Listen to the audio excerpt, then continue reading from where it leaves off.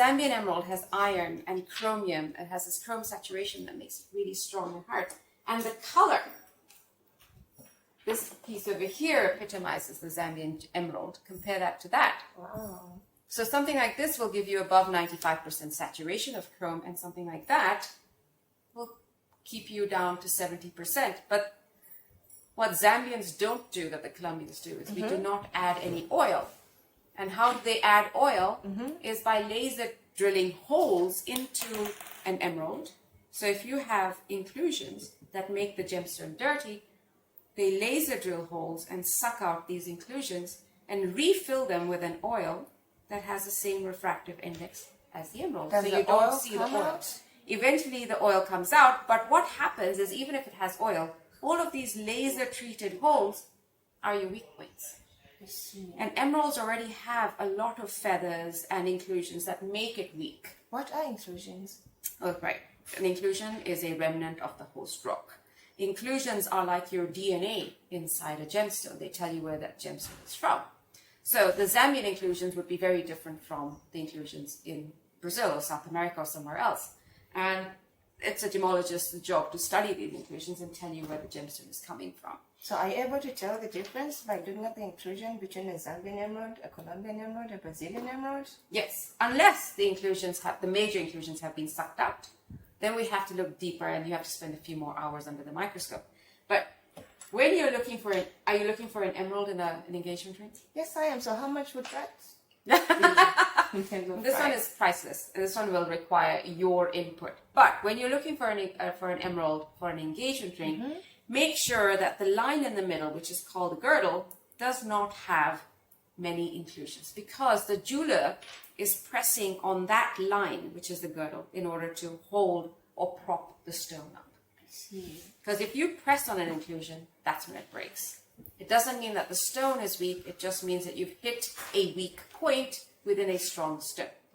So here we will help you find a good emerald that has hardly any inclusions around the girdle. These also emeralds? If there's inclusions at the bottom, it doesn't matter. Okay. It matters if they're on the top or in the girdle, because you knock the top around and an engagement ring is not meant to be taken out. And these little ones in here? So these little ones in here are a mix. It depends on your budget, how much you want to spend. How much would you like to spend? $1,000 to $2,000, $10,000 to $100,000. Ah, and this box here. That one is probably spending between $5,000 and $10,000 easily on that.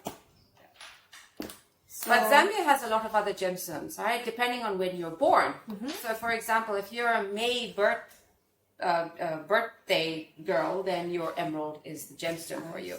But if you are April, then we would recommend a diamond or a lookalike or a quartz. Zambia has lots of silica that we could cut a quartz. Which reminds me, we need to cut a lot of quartz in the workshop. So, But we also have multiple gemstones of different colors in the tourmaline section. This is all tourmaline. This is all tourmaline. And if you pick up the padding over there, we'll show you some more tourmaline. Right, so why does tourmaline have so many different colors? It's because it's a dichroic gemstone. Dichroic. So if you look at this axis and then you look at that axis, you have two distinctly different colors. there's a pink and a green. That's right. And these are just two colors that you see. In Zambia, between the center of the country into Malawi, we've got 50 different shades, black to white, and everything in between. Even the same color, different shades of the same color. But So which one is the most valuable tourmaline? Looking at this so many yes, colors. good question. So the value is placed on its coloring agent. Now let's go back to the basics. Crystal is clear. Silicon oxide, sand, crystallized will give you a natural crystal. This does not have any color until it is contaminated by something in the ground.